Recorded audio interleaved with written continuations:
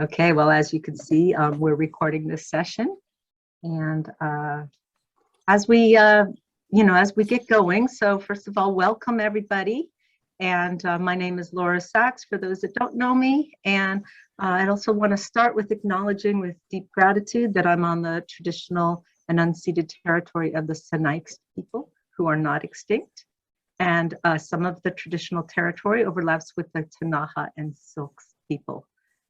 And this is the last in our series of lunchtime webinars featuring our Climate Hub partners and initiatives. And so I'm really excited about this important conversation today of helping to support youth in the face of the climate crisis. And so from not only facing the threat, but helping to enable climate action. So to start us off, I want to welcome Jamie Hunter. Many of you know Jamie from his years of climate work locally with Fridays for Future and nationally and internationally with Stop Ecocide Canada. He won the Starfish Canada's Top 25 Environmentalists Under 25 program and has a certificate in peace studies from Selkirk College. So Jamie's going to be moderating for us today.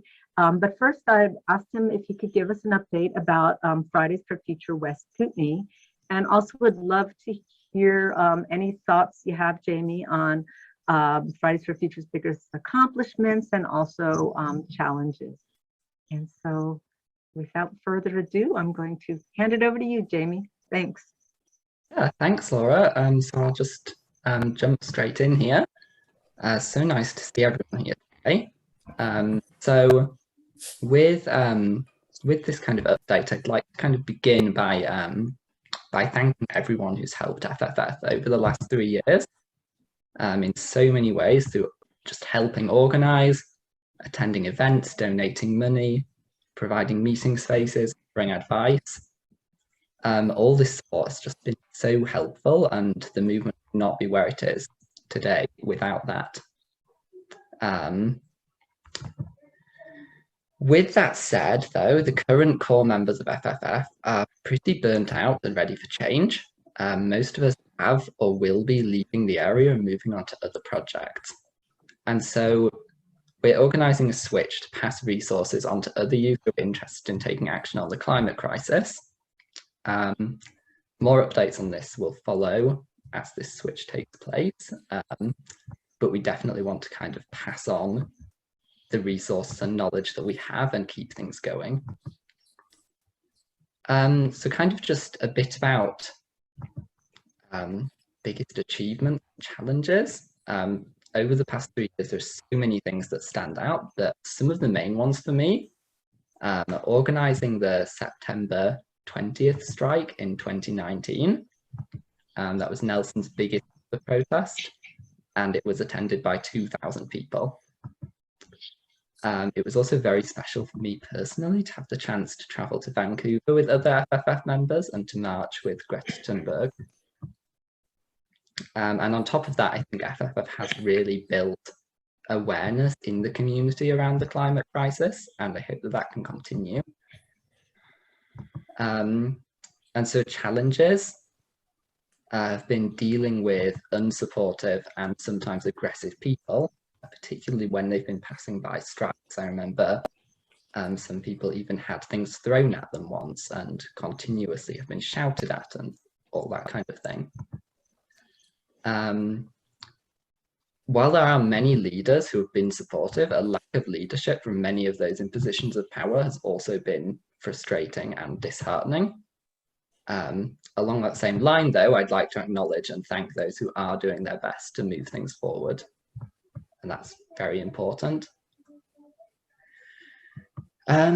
Yes, that kind of wraps that up. And it's a little vague, but more will follow on how FFF will move forward in the future.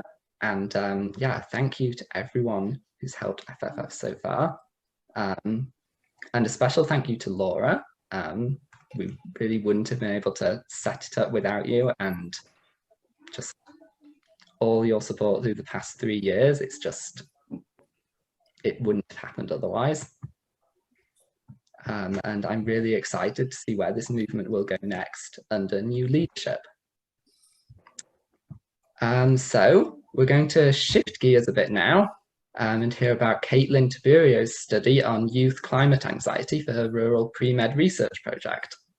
Unfortunately, Kaitlyn had a change of plans and can't join us live, but we have a video clip from her and Laura will share her slides. And then we'll be taking questions at the end of this session after the breakout.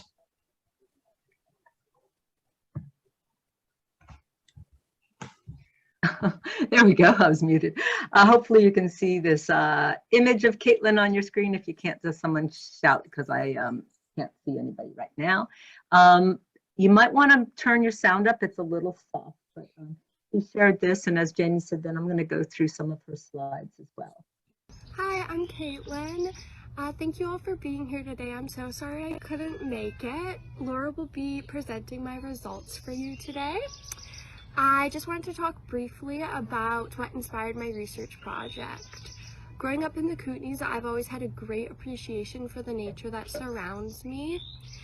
And with the devastating climate events happening these past years, I've begun to develop climate anxiety. As I've discussed this conversation with friends and family, I've realized that many other youth are also experiencing mental health concerns due to the climate crisis.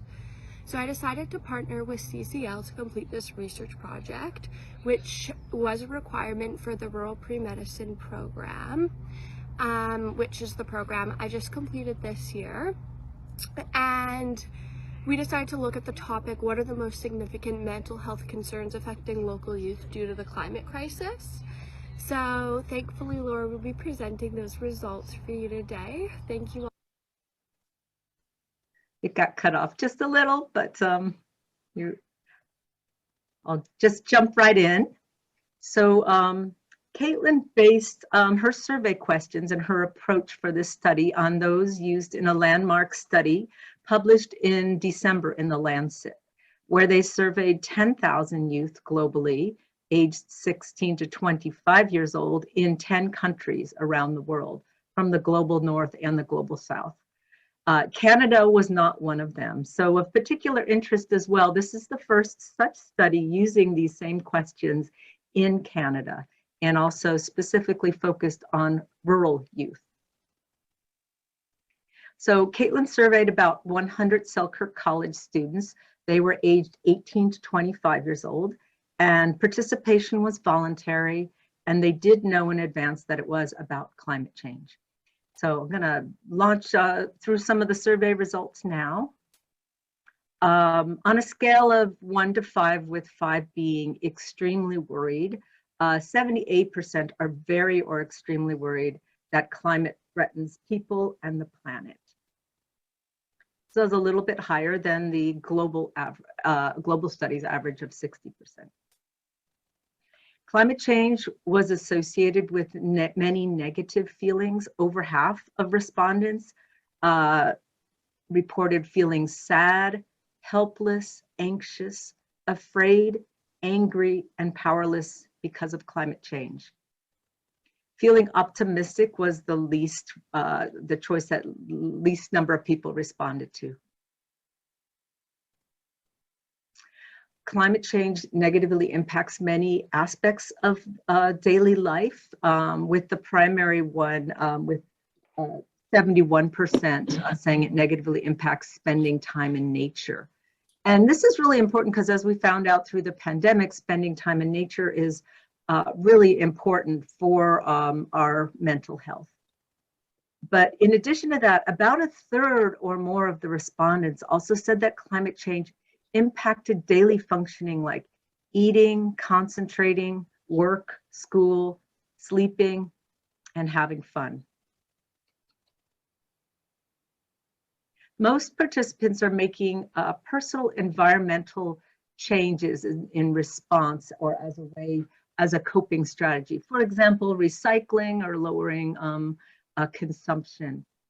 And over half say they're voting for a government that they feel will take action on climate change.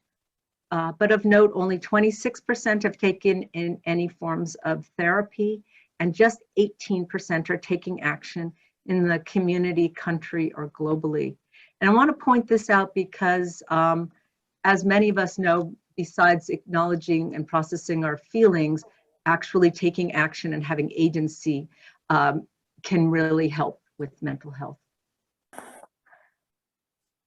So respondents had many negative thoughts about climate change. And actually reading through this list is really hard. It really breaks my heart. 81% of respondents feel people have failed to take care of the planet. 73% feel the future is frightening. 57% are hesitant to have children. And half say that things that they value most will be destroyed. And 42% feel that humanity is doomed. And lastly, there was a question about government response.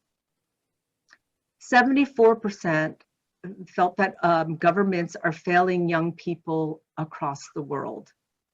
60% feel that governments are lying about the effectiveness of actions they're taking. 59% feel governments are dismissing their distress.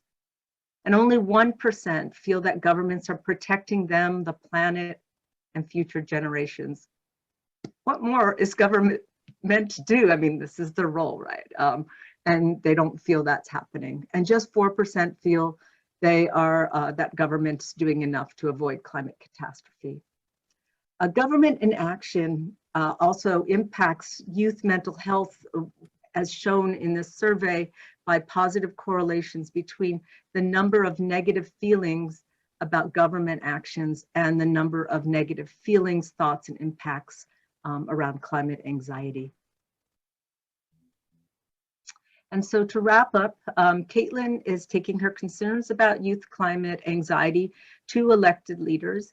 She has met with MP Richard Cannings and MP Brittany Anderson, who is actually on this call right now and has the role of Youth Special Advisor to the Premier. So thank you for joining.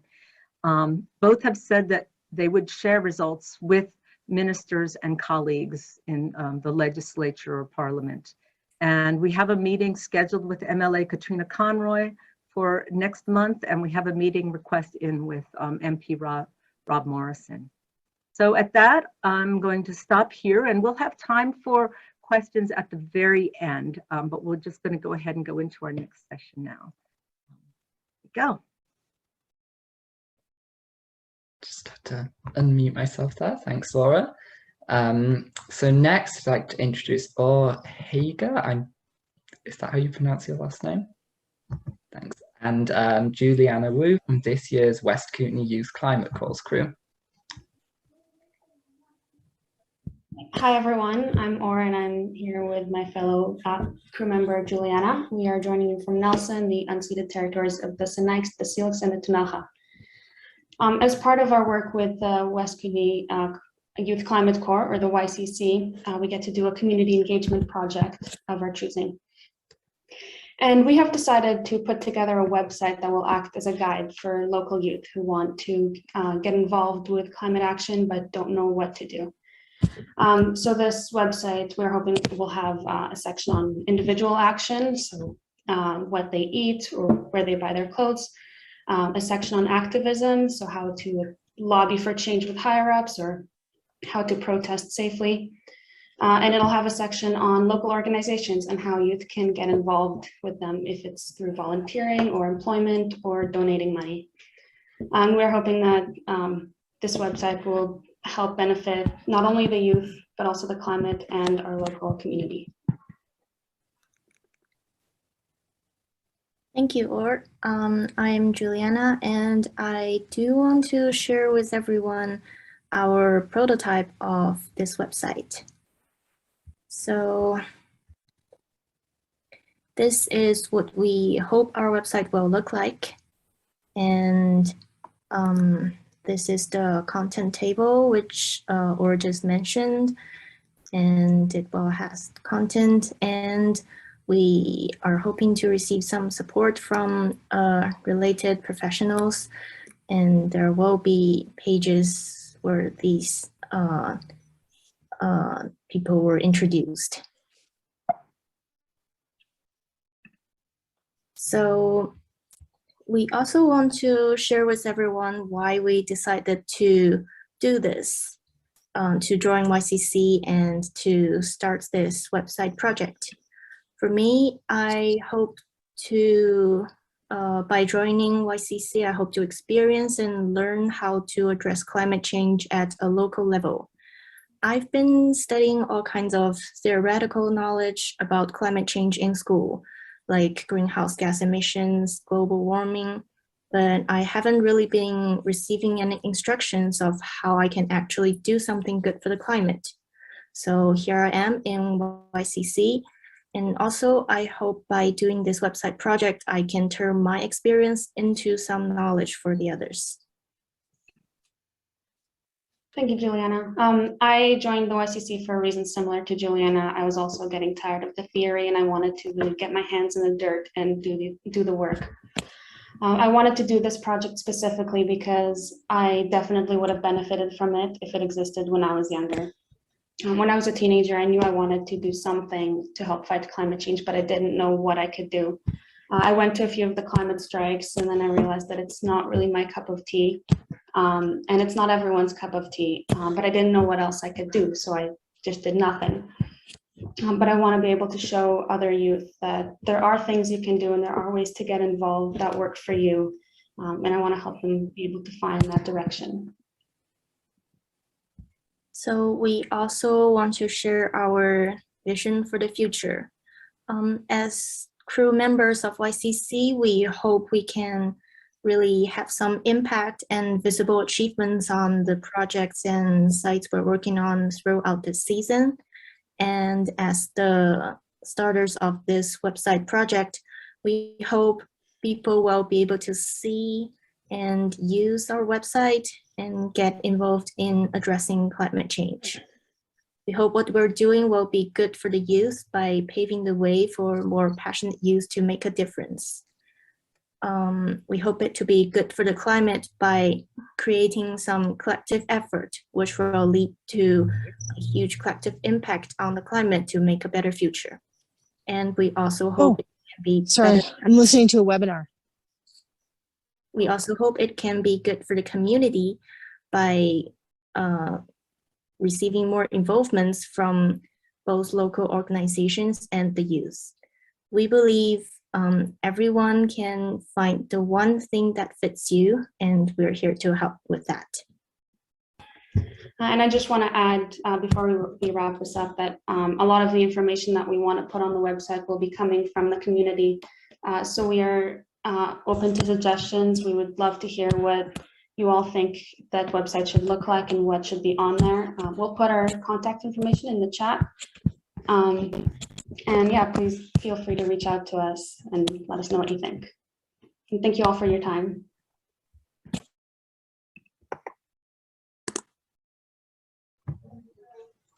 Thanks so much for that presentation. That's such an exciting initiative. And I know for myself, when I first started getting involved in climate action, it would have been so useful to have a resource like that. So that's really exciting. And lastly, we're now going to welcome Nicole Charlwood, who's a Nelson City Councilor, who will talk about some of the work she's done supporting young people who are considering running in the local elections this year. Nicole, over to you. Thanks, Jamie. Hello, everybody. I am really honored to be here and chatting with you all. It's tough not to get emotional during these conversations, but I don't know. I guess I'll start with my when I started my political activism. It's a little over a decade ago now. I started as a campaign manager, and the first candidate that I supported, I remember saying, "Hey, what about youth? How are we going to attract them? How are we going to talk to them? Don't worry about it. They don't vote. We're not going to waste our energy." So that was in 2013. In 2017, again, campaign managing for a provincial candidate who had a very different perspective, as did I. So we worked hard in our campaign to make safe space for youth. And it was clear in that election results that year that involving youth increased voter turnout. So that kind of gave me my personal motivation to keep trying to engage youth, create safe space, and engage. And as a mom of 2 teens, it's pretty easy for me to get in there and meet folk and talk and support. So I chose to leverage my privilege and position, I guess, with youth to talk more about politics. I think there are others on this call that would agree our voter turnout's pretty poor. And so we get a government that represents those that vote. And I know it's a settler government. I know it's got lots of flaws. And we're at a time right now when I'm watching this huge void in leadership. It's growing. There's a lot of retirement happening. We have a lot of organizations that we love and support that are not going to be able to keep functioning in the ways that they're functioning. So we are looking at full systemic shifts happening. And who's going to be, you know, the receivers mostly of that are youth and future generations. So having their voice and their energy at the table has been important to me personally and keeps me motivated. I think I was invited to speak today because of an event that happened about a month ago. There was a rally in front of City Hall in Nelson. And I was invited to speak and asked to prep quite a long speech. So I did that.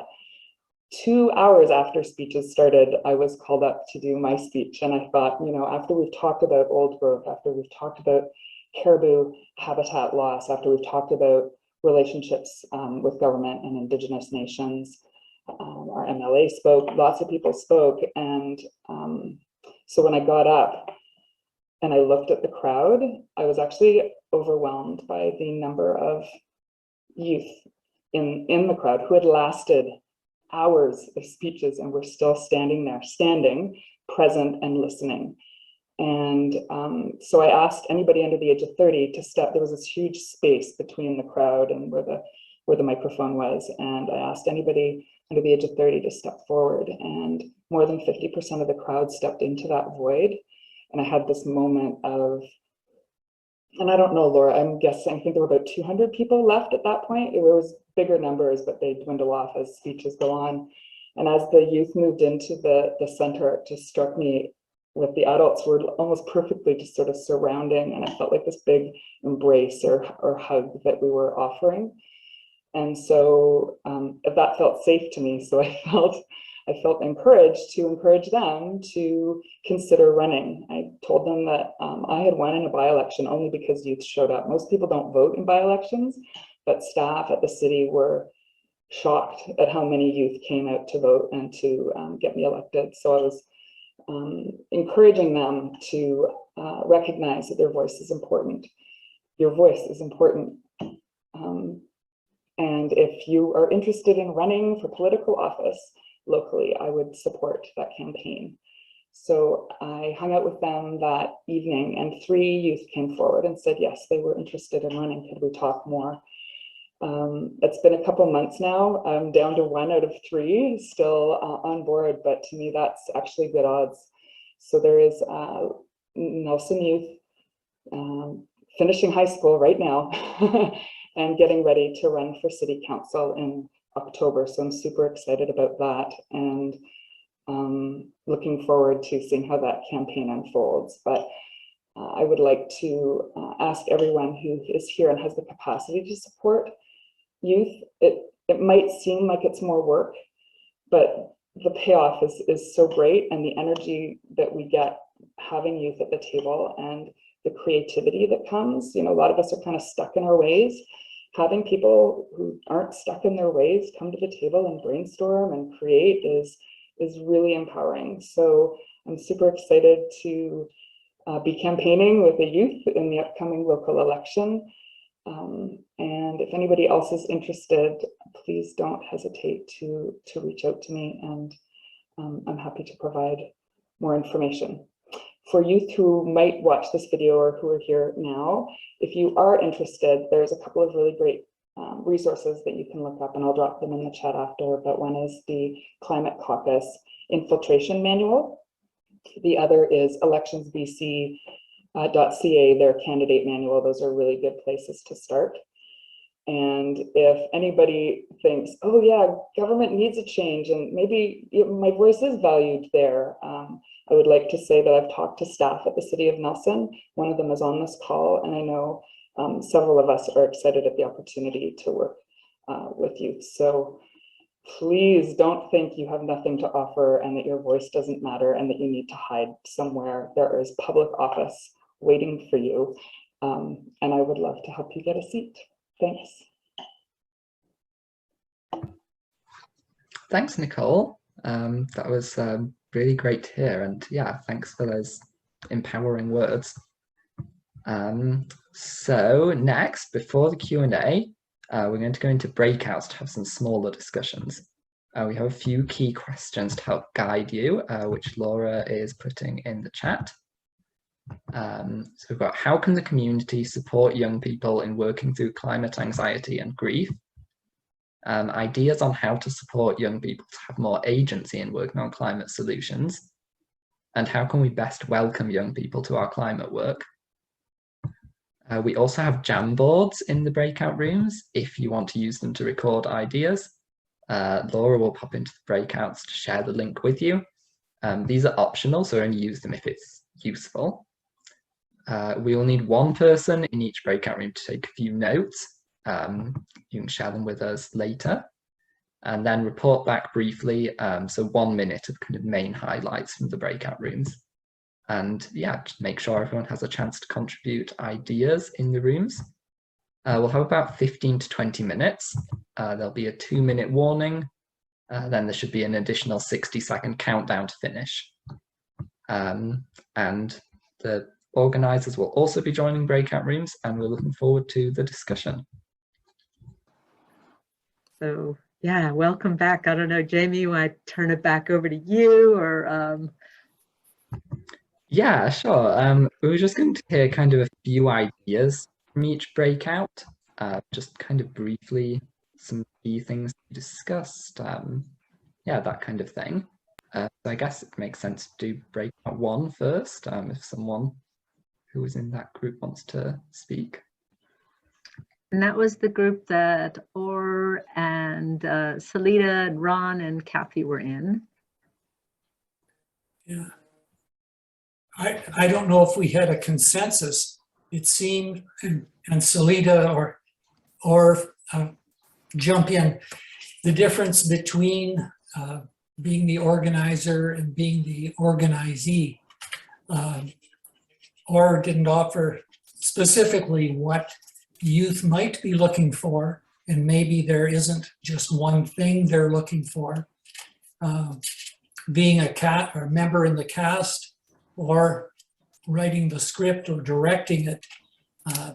Again, 2 different interests, and we don't really, even as adults, we can't really say what youth are looking for unless we ask them. I think what we came to consensus on was that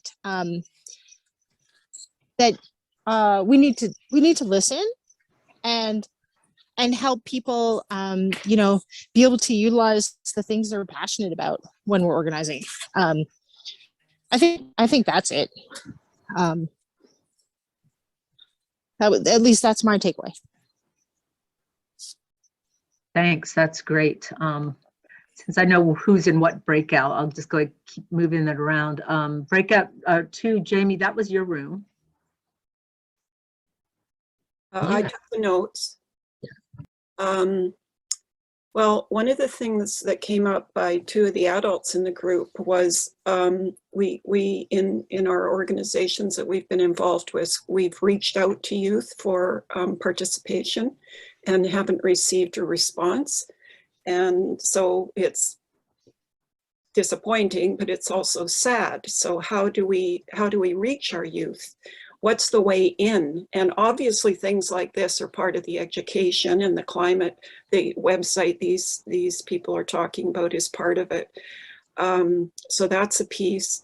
And, you know, how did how to, we talked a little bit about sacrifice, that maybe people feel challenged by the sacrifices that are required in this climate emergency, and maybe it turns people off. Someone said, you know, the action we take now maybe won't be seen, and it's not an immediate change we're going to see. So that's difficult. It's not like a instant gratification. What else? People, why aren't people showing up? People, as Jamie said, I mean, many people, not just youth, are very busy, overwhelmed. There's a lot of pressure on all of us right now to keep our trip together because of all the things we know. And so, you know, it's overwhelming. Yeah, so anything else, anyone else wanted to add? That's great. We're going to just do a short, so we have a little time for Q&A. Thank you, Vicki. And I'll just move through here because the other group was the one that Juliana was in with Mel, Sue, Brittany, and Dave. You have a sort of a spokesperson that can speak for maybe 1 minute about some key highlights. I took some notes. Mel, should I jump in there with, and then you guys could add in? Okay, so we looked at the question, you know, how can the community support young people in working through climate anxiety and grief? And Mel had asked the question, what type of programming is part of the school curriculum right now? And Brittany was noting that climate change comes up in the school at all levels, and that giving youth actions to take helps. And Juliana had noted, you know, this sense of a lack of power and this critical need for opportunities. And Brittany was noting the some of the partnership with, was it the fire department and the community to do some really tangible local action, and that you know, that's helpful. And she also noted the Stronger BC Young Leaders Council that's across the province, and working on identifying actions for moving forward on that now, but that there was a very strong, high number of applicants to be involved. Over 350 youth applied to be involved, which was pretty remarkable. And then pointed out the Neighbours United deep canvassing, which would be a great opportunity for youth to become involved in the conversations, deep conversations, sharing and learning about really hearing people's concerns and being able to share their own concerns. And so West Kootenay Eco Society, formerly now Neighbours United, is doing the training that's available to folks. So we had a good conversation about that. Also, Dave and I had mentioned, as far as East Kootenay goes, the Restoring Joseph Creek partnership between the city and Columbia Outdoor School, and the high schools are getting involved with that too. That seems to be helpful involvement, restoring riparian areas, that type of thing. That's it from us. Yeah, unless anybody else want to jump in. Mm-hmm. Okay, and the last group, if you've got any key takeaways, and then we'll open it for some Q&A. Thanks.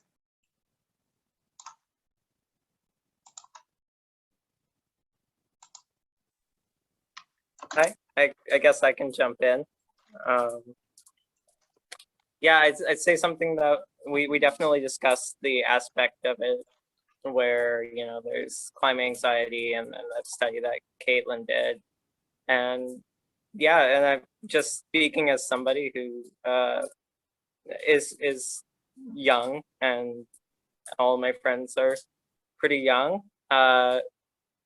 It's, yeah, that level of despair was completely unsurprising, and I mean, shocking but unsurprising. And it's, yeah, I think some of the other groups have mentioned that level of powerlessness that people feel is really frustrating. And I think a lot of people in this call have experienced that level of powerlessness. I think a lot of us, our reaction has been to get more and more involved, right? But for most people, that's not people's reaction to feeling that level of anxiety and powerlessness. And lots of people shut down as a result or give up. try to live their life as best they can with this hanging over them. And so I think giving people concrete ways to fix the climate crisis is what a lot of people are looking for. I mean, that's what I'm looking for, is actions, and especially large scale actions. That's, as far as I can see, that's what people are looking for. Could I just briefly add to that, Lynn? Thanks for that. And just one of the key points we need to think about, and we talked, was how do we give younger people the leadership ball, you know, that they're the ones that do it, and how do people in my age group step back and be the support network that feeds in our experience, to stand back, allow you to sort of actualize through your actions, through the priorities that you need for your generation, and we're there to lend you support. So for example, Nicole's saying, well, what is it that somebody needs? A young person who is elected to a position of office, what do they need?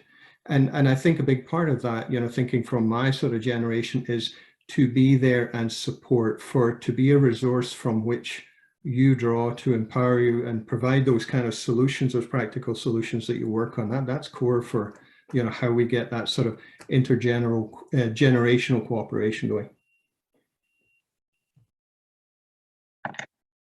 Yeah, awesome. Well, thank you. We just have a few minutes left. Is there any sort of general questions anybody has on any of the presentations at all? I put the resources for Kaitlyn's study in the chat in a sort of a weird time. So if you want to scroll up, if anybody wants to look at the briefing note, for example, or delve into her actual report. Brittany, you've got your hand up.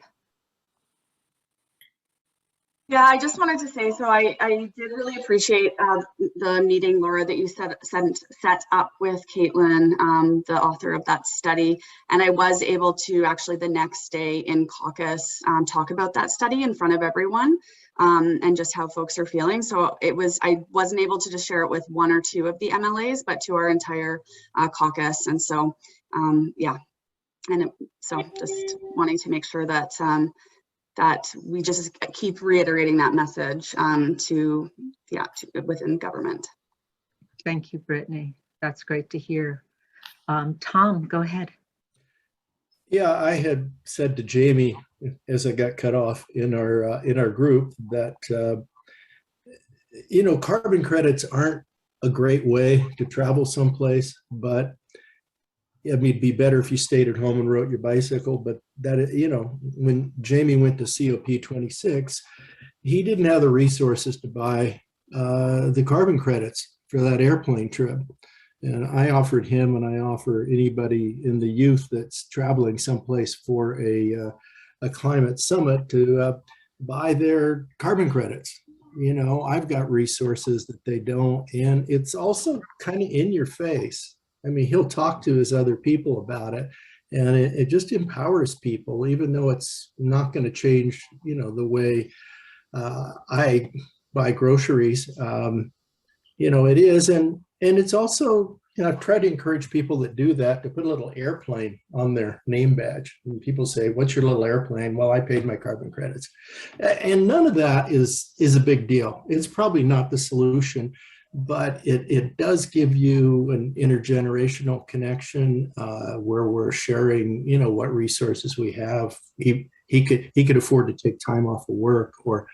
But I'm gonna just cut you off just a minute there, Tom, because we got like 1 minute left. And thank you very much. That was really interesting. Lori, really quickly, and then we're gonna wrap up. Thank you. Thank you. Thank you so much for doing this. I'm always concerned about how to get youth involved. And there is a 350.org action on the 29th of June, which is the anniversary of our heat dome, which killed 600 and something people. And I'm trying to get something organized in Penticton to, you know, elect climate leaders, because we really do need youth in our municipal city councils and regional councils and whatever. And so spread the word. Contact me if you have any way that you can help me to reach out to youth or any ideas to get them on board. Thank you. Thanks for doing this. You guys are great. Thank you, Lori, and same with locally. As I mentioned to somebody who talked about that event, it's like, I'll attend if you organize, but I'm at capacity. But I think just a few people need to step up, right? And we're there. So thank you, everyone, for attending and for all your ideas on this important conversation. And please reach out to me if you're interested in getting more involved in like things like this webinar series in the fall, if you're local. And also there's a survey that I sent out in our last month's newsletter, looking for any feedback on that in the newsletter. So I just put that in chat if you wanted to give us any suggestions or anything. So mostly have a wonderful summer. I hope to see you in the community. And yeah, thank you so much. And thank you for the presenters. Thank you, Jamie or Juliana, and